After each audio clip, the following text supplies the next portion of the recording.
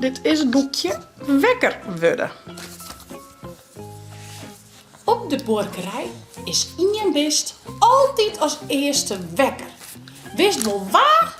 Die had prachtige veren en zei kukkeleku. Het is Hepke, precies. Het is Hepke de Wanne. Hepke de Wanne.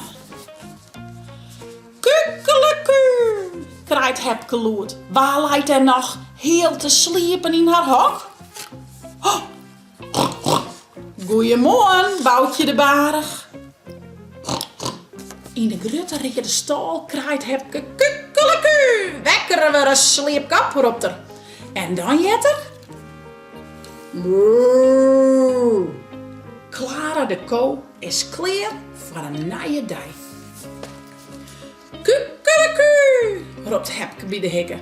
Een bultje wol gappert, rekt haar uit en... Bee! Oerijn komen, ziet het skip. Dan roept Hepke voor de laatste keer... Kukkeleku! De bessen binnen wekker en er is nog iemand die te sliep nog net uit had. Kist ook zien wat het is? Oh! Boerinnen Femke. Nou is elke een klaar voor een drokke dag op een plaatsje trekken. Uit.